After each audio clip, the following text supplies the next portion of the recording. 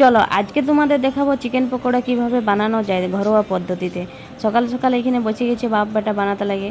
বেসনের প্যাকেট দেখান দিচ্ছে, আর কর্নফ্লাওয়ার থাকলে আরও ভালো হয়, কিন্তু কর্নফ্লাওয়ার নাই, আর মানে আনা নাই। আর এই রোদ গরমে আর দোকানও এখন যেতে মন করছে নাই, তো ওই শুধু বেসনটা দিয়েই করব। আর এখানে পেঁয়াজ কুচি, আদা রসুন কুচি, তারপর চিকেন মশলা, নুন, এইসব দিয়ে ভালোভাবে মাখলো। তারপরে তো বেসনটা দিচ্ছে এখন। বেসনটা দেওয়ার পর কিছুক্ষণ ঢাকা দিয়ে রাখা ছিল, তারপর এখন ভাজা হচ্ছে একটা দুটো করে করে। আর প্রতিদিন তো চিকেন খেতে মানে মাংস খেতে মন যদি না করে, তো এরকমভাবে দু একদিন যদি হয় তো ভালো হয় পকোড়া। তো আজকে আমি কিচ্ছু করি নাই, সবাই করেছে আমার এই প্রতিদিন।